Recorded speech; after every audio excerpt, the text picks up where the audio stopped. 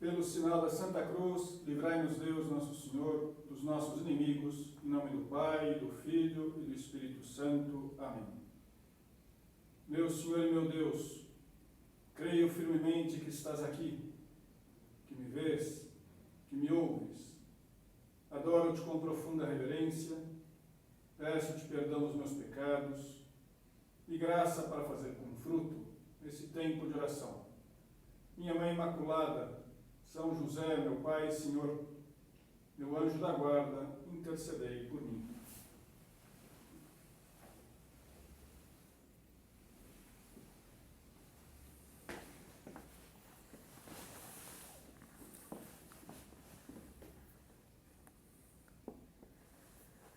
Há umas palavras da Bíblia que nos transmitem um conhecimento fundamental para a nossa meditação de hoje sobre o aproveitamento do tempo.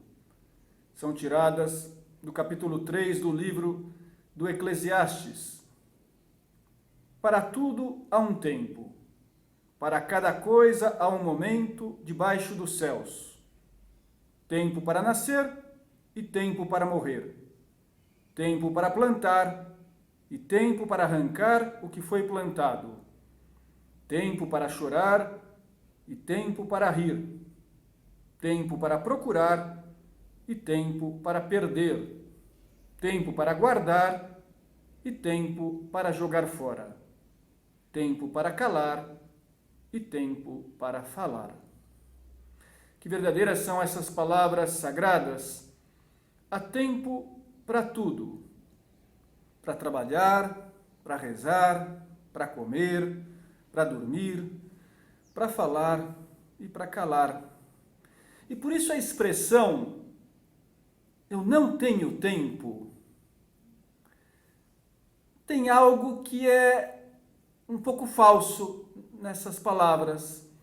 Não são totalmente verdadeiras. Como assim eu não tenho tempo? Se o próprio Deus nos afirma que há tempo para tudo. Vamos pensar um pouquinho hoje nessa dimensão do aproveitamento do tempo.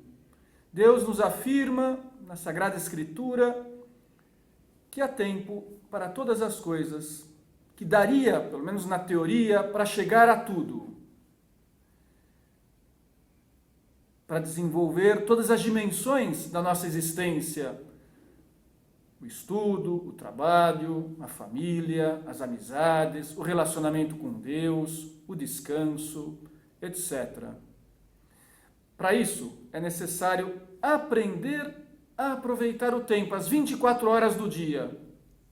E quando olhamos para Cristo, lemos o Evangelho, que é tão bom ler uns minutinhos cada dia, nós percebemos como Nosso Senhor aproveitava bem o tempo. E cuidava de todas essas dimensões, e de algum modo chegava a tudo. Basta pensar que Cristo viveu aqui na Terra 33 anos. Em tão pouco tempo, uma vida curta, quantos frutos! Quanto Jesus fez de bem nesse mundo, porque soube aproveitar bem o tempo. Olhando para a sua vida, já que estamos chamados a imitá-lo, percebemos que convém melhorar no aproveitamento do tempo, identificar o que estamos descuidando. Será que alguma dimensão da minha existência que eu estou deixando de lado? Vou colocar 2 exemplos. Uma pessoa que se dedicasse muito, quase exclusivamente, ao seu crescimento intelectual, porque uma pessoa que gosta muito de estudar, que se dedique aos seus estudos, aos seus cursos, e vá crescendo, vá se desenvolvendo, depois profissionalmente, vai subindo na vida, na empresa, vai adquirindo muitos conhecimentos, muitos talentos e conquistas profissionais, mas que ficasse só nisso e não desenvolvesse, por exemplo, a dimensão afetiva. Isso é, uma pessoa que não soubesse se relacionar com os outros, que não tivesse aprendido a dominar o seu gênio, a ter paciência, a demonstrar carinho, a compreender. é fácil de perceber que essa pessoa não é completa, não está aproveitando bem a sua vida, o seu tempo, tem algo que está falhando e algo importante. Coloco até, né, uma citação que uma vez eu escutei, um pouco dura, bastante dura, mas era a realidade. Uma moça, se referindo ao seu pai, que ela amava, mas que tinha, né, uma certa mágoa, uma certa tristeza ao falar dele, comentava o seguinte: o meu pai é doutor, professor e escritor. Tem prestígio profissional até mesmo no exterior. Mas nós que convivemos com ele em casa, o consideramos um analfabeto. Porque ele não tem nenhum domínio de si mesmo, ele não sabe conversar, ele não é capaz de ouvir e de sorrir. Apesar de que eu admire como profissional e o ame como pai, no aspecto humano e espiritual, o meu pai parece uma criança imatura. Não havia se desenvolvido, não havia aproveitado bem a sua vida. Outro exemplo, alguém que tivesse especialmente preocupado com a dimensão física, que a pessoa cuidar da saúde, não há dúvida, mas uma pessoa que tivesse um pouco polarizada com isso, a forma física, o visual, a beleza, o estar bem, descansar, comer, né, exatamente as calorias, né, previstas e calculadas, mas ficasse só na dimensão física e não se preocupasse com a sua alma, em alimentar a alma, em cuidar da alma, não tivesse vida espiritual, não falasse com Deus e não conhecesse a Deus, não, né, crescesse nas virtudes, no amor, é uma pessoa incompleta, não há dúvida, que não está aproveitando bem o tempo. E por isso, quando Deus nos diz, para tudo há um tempo, para cada coisa há um momento debaixo dos céus, Ele nos convida a repensar até os nossos valores. Porque a questão não é simplesmente organizar melhor o dia. Tem esse lado, já vamos falar um pouquinho. É mais profundo. O que significa, o que Deus nos fala na Bíblia, é que a nossa vida precisa estar equilibrada. Que é necessário desenvolver todas as dimensões próprias do ser humano. Isso é aproveitar bem o tempo. A gente pensa, sei lá, nos bichinhos. Eles não precisam de muito para viver e para, né, se realizar enquanto criaturas. Né? Comem, dormem, né? E pouco mais, né? O ser humano não é assim. O ser humano precisa de uma família. Precisa de fé em Deus, precisa de um trabalho, de amizades, de um sentido para a vida. E se falha qualquer coisa dessas, ele não está realizado, ele não é feliz. E por isso, quando nós falamos de aproveitamento do tempo, estamos falando da felicidade, em certo sentido. Quer dizer, se eu aproveitar bem o tempo, a vida, eu serei feliz. Eu vou me realizar. A minha vida vai dar fruto. Caso contrário, não. Porque eu não soube gastar o tempo que eu deveria ter gasto com Deus, e com os meus parentes, e com os meus amigos, e com as coisas que eram importantes, e ao final eu fico vazio, eu fico triste. Seria como, fazendo uma outra comparação, se nós tivéssemos uma deficiência física e um dos nossos membros, sei lá, o braço, a perna, só um braço ou só uma perna parassem de crescer e o outro braço, a outra perna continuasse o seu desenvolvimento normal. Essa pessoa ficaria, né, com uma deficiência, com uma dificuldade, né, física razoável. Pois olha, mais dramático, mais duro, né, é a deficiência espiritual. as deformações causadas pelo descuido de alguma dessas dimensões da nossa vida, porque o membro da alma fica atrofiado, porque nosso coração fica pequenininho. Quer dizer, é mais preocupante, até porque a deficiência física se pode oferecer para Deus essa limitação e ser muito feliz e ter uma visão de fé sobrenatural em relação à dor, ao sofrimento, à doença, etc. Mas uma pessoa que voluntariamente não se desenvolva como deveria se desenvolver, vai ser uma pessoa problemática. Vai ser alguém que não vai cumprir a sua missão nesse mundo. De modo que nessa primeira parte da meditação, cada um de nós deveria pensar qual dimensão da minha vida está um pouco atrofiada. Em geral tem algo. Será que é a seriedade nos meus estudos ou no meu trabalho? Ou o carinho com os meus pais, meus irmãos, com a família? Ou a minha vida de oração? Ou a forma física, o esporte, o cuidado da saúde? Ou ter conversas pessoais com os amigos, as amigas, alimentar, cultivar verdadeiras amizades. Pensar, porque talvez é preciso começar a trabalhar mais essa dimensão. E como conseguir? Olha, o primeiro passo nós já demos, é procurar reconhecer. Ter a humildade, a sinceridade de admitir, poxa, isso daqui eu estou descuidando, não está indo bem, eu preciso mudar. O segundo passo, eu diria que é um pouco mais prático. Crescer na virtude da ordem. No livro Caminho, número 80, o São José Maria escreveu assim: quando tiveres ordem, multiplicar-se-á o teu tempo, e, portanto, poderás dar mais glória a Deus, trabalhando mais a seu serviço. Com a ordem, o nosso tempo se multiplica. É uma experiência de muitíssimas pessoas ao redor do mundo. As horas do dia rendem mais. E também a nossa vida acaba se parecendo mais à vida de Cristo.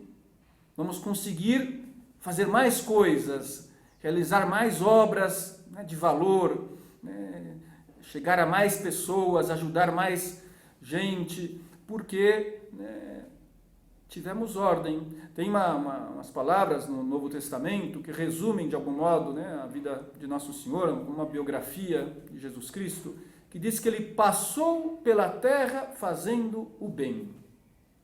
Em tão poucas palavras, vemos a fecundidade, a beleza da vida de Cristo. Nós estamos chamados também a viver assim, que se possa dizer de nós, ao final da nossa vida, passou pela terra fazendo o bem.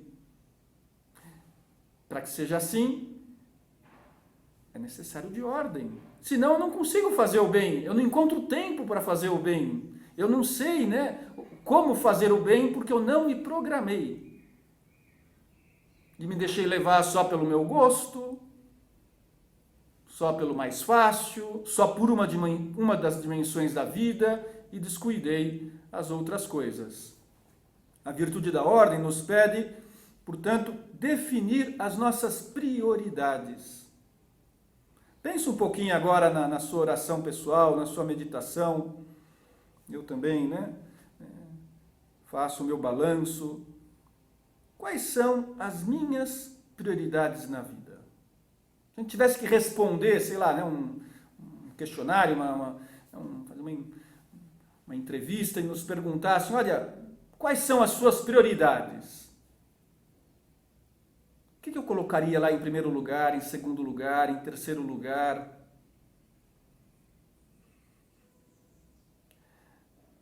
São José Maria, ele resumia essa ordem mental, vamos dizer assim, a ordem dos valores, a hierarquia, que nós devemos ter no coração, da seguinte forma: primeiro, Deus. Depois, os outros. Em terceiro lugar, as nossas coisas pessoais. Se nós repararmos, isso não é nada espontâneo. Eu diria que é exatamente o contrário que acontece na prática. Se uma pessoa não luta, se ela não medita, se ela não se convence de que essa é a verdadeira ordem de uma pessoa equilibrada, que aproveita bem o tempo, que tem ordem. Primeiro, Deus, e não meu. A tendência primeiro são as minhas coisas, os meus interesses, o tempo para aquilo que eu gosto, que eu quero fazer. Depois, se sobrar algum tempo, eu já farei algo pelos outros. E se sobrar ainda mais tempo, pensarei em Deus. Mas é uma desordem, porque nós somos criados para amar a Deus e ao próximo. E amar a Deus sobre todas as coisas. Só que pelo pecado original, como temos nossa natureza humana desequilibrada, porque já nascemos com essa desordem, é preciso reorganizar aquilo que está desequilibrado dentro de nós e começar a colocar Deus antes de tudo.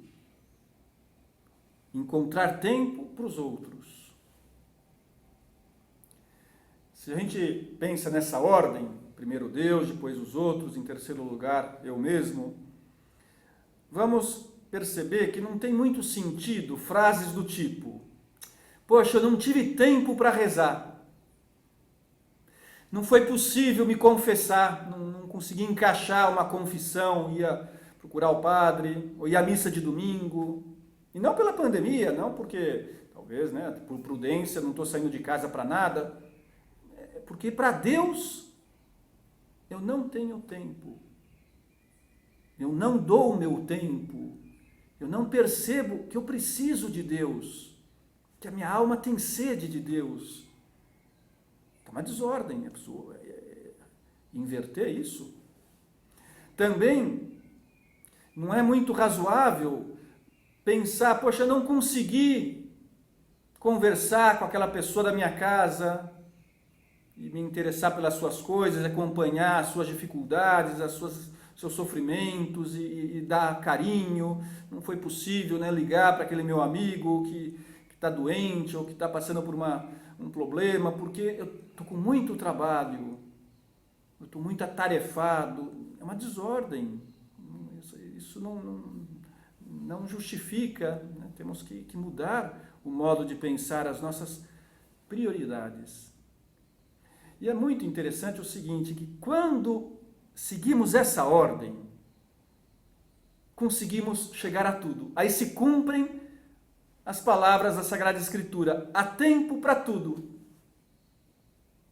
Porque uma pessoa que se dedica em primeiro lugar a Deus, e dedica esse tempo para estar com Ele, faz oração e reza, e recebe a força de Deus. Deus dá a sua graça, a sua ajuda, e aí a gente vence a preguiça, e vence o egoísmo, e também conseguimos ajudar os outros e cumprir os nossos deveres pessoais.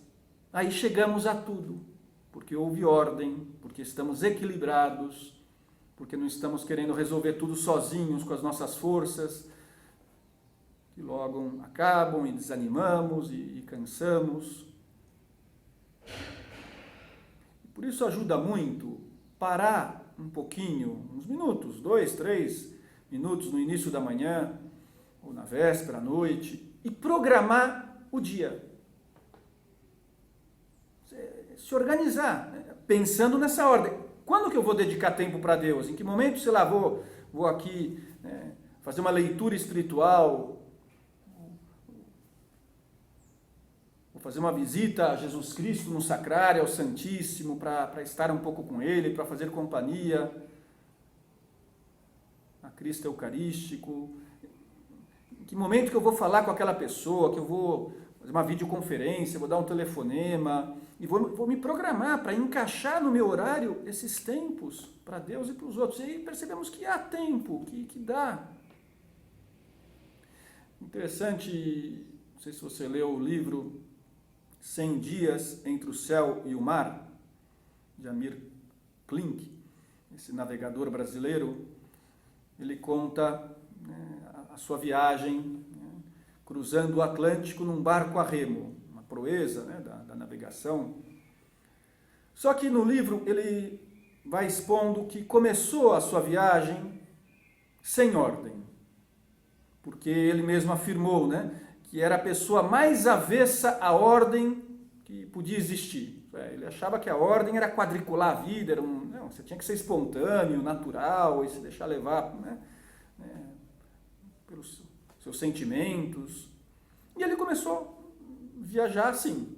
E comenta no livro que comia a hora que queria, dormia quando estava afim, remava, mas também, né, sem um ritmo, e assim por diante. Passaram-se uns dias e ele percebeu, eu não vou chegar a lugar nenhum, eu não vou cruzar o Atlântico, alcançar o meu objetivo. E fez um horário. Horário para acordar, para deitar, quantas horas ia remar de manhã, e à tarde, e a comida, e o descanso. E aí conseguiu. Aí teve a eficácia que dá a virtude da ordem, né, que permite, né, alcançar as nossas metas. Que bom se nós chegássemos à mesma conclusão. Não dá para viver sem ordem, a vida vira um caos. Isso não tem nada a ver com espontaneidade, com liberdade. Não, isso é desordem, é um defeito. Não vale a pena. Fazer um horário e, olha, se possível, anotar o horário. Porque às vezes a gente confia muito na memória, e a memória é falha. Chega uma hora que a gente já confunde, o que eu tinha que fazer mesmo, e as coisas vão sobrando, porque a gente não pôs por escrito. Tem uma historinha que eu escutei uma vez, né, de um casal que se amavam muito, já eram idosos e estavam com um pouquinho de amnésia. E os dois estavam deitados lá, conversando na cama, e num certo momento a mulher diz para o marido, nossa, querido, estou com uma vontade louca de tomar um sorvete de morango com castanhas. E ele imediatamente levantou e falou assim, não, eu vou descer, eu vou na cozinha, vou preparar para você, espera um pouquinho. E ela falou assim, muito obrigada, mas olha, anota para você não esquecer, né? Sorvete de castanha, de morango com castanhas. Não, fica tranquila, estou indo lá. Muito bem, ele desce a escada, né? Vai passando o tempo, 10, 15, 20 minutos, ele não voltava. Finalmente ele aparece, uma bandeja na mão, um omelete, um suco de laranja, uma pera e uma xícara de café. E a mulher olha para ele e fala assim, eu falei para você anotar, você esqueceu das minhas torradas. Que os dois estavam com bastante amnésia, né? Olha, tudo bem, nós não estamos, acho que, nesse nível de esquecimento, mas um pouco sim que a memória falha e que escrevendo funciona melhor, que a gente tem mais claro, a gente não perde tempo lá, o que era mesmo que eu tinha que fazer, e com quem que eu tinha que falar, e qual que é o horário disso, o horário daquilo, programa, né? Depois tenta seguir o horário. E ao programar, é interessante também pensar aquilo que aparece no livro Sulco. Considere se esses minutos que te sobram ao longo do dia, bem somados, não perfazem horas. O fundador do Opus Dei nos faz ver algo que acontece com muita frequência. Uma pessoa que não se organiza, que não tem ordem, ela pensa que não tem tempo, mas na verdade ela perde muito tempo com a preguiça. Porque fica lá no Instagram, meia hora, talvez não fosse necessário, e está só enrolando e distraída, e depois sobra 15 minutos aqui, ela fica lá sentada, sem fazer nada, aí em outro momento do dia, né, podia ter trabalhado com intensidade, mas, né, fez um trabalho de uma maneira meio lenta e aquilo, né, não termina nunca. Na hora de acordar, né, não sai da cama, fica lá enrolando e soneca e perde também, né, 20 minutos. Se você vai somando esse tempo perdido, olha, dá 2, 3 horas. Ah, eu não tenho tempo para isso, não tenho tempo para aquilo. Não, é que você joga o tempo fora. Você não aproveita bem, né, as horas do dia, né, porque, né, não tem intensidade, não tem essa diligência, essa disciplina para seguir o seu horário. E por isso se percebe que, além da ordem, se desejamos aproveitar bem o tempo, é preciso também crescer na virtude da fortaleza.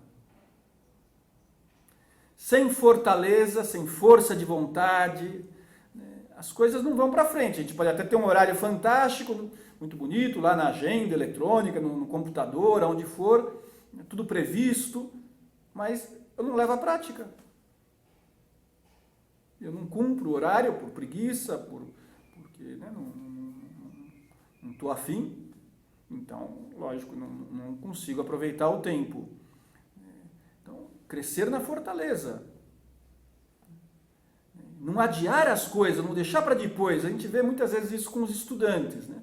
Ao invés de começar o trabalho com antecedência, já preparar a prova, né, na semana anterior, vai adiando, não, amanhã, depois, aí chega a véspera da prova, aquele desespero. E talvez tenha que passar a noite em claro, e aí não tem tempo para ir à missa, e perde a missa de domingo, aí já não consegue, né, estar com a família, não consegue descansar, mas faltou fortaleza para começar antes, para seguir o horário, não deixar tudo acumular para a última hora. Também nisso, olhar para Jesus Cristo. Jesus sempre cumpriu o seu dever.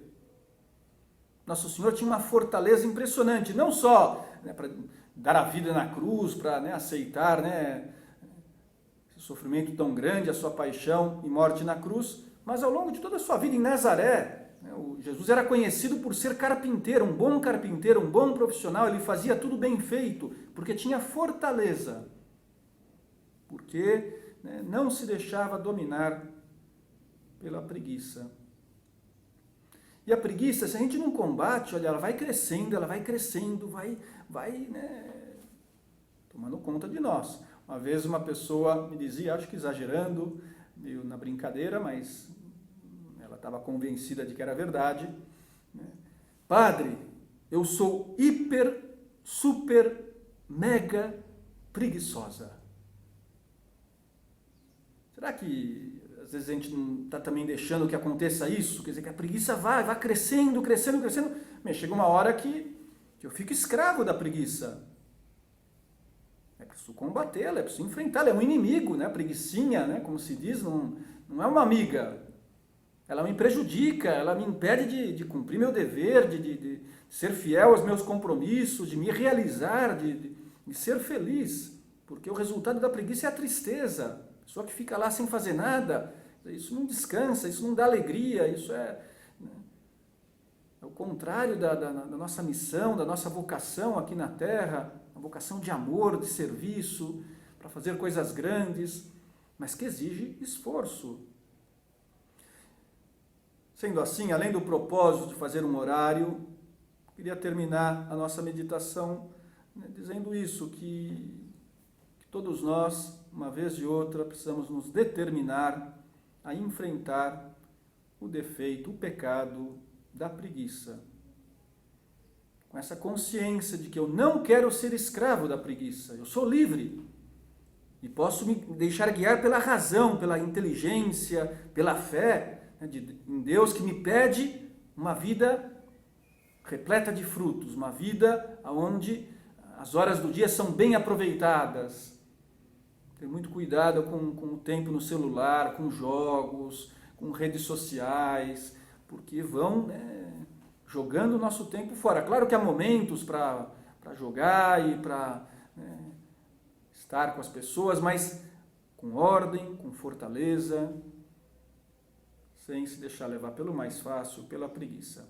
Vamos pedir a Nossa Senhora, como fazemos sempre ao terminar essas meditações, essa graça, que ela consiga diante de Deus, essa graça de que cada um de nós aproveite bem o tempo. E desse modo, possa ter uma vida semelhante à vida de Cristo.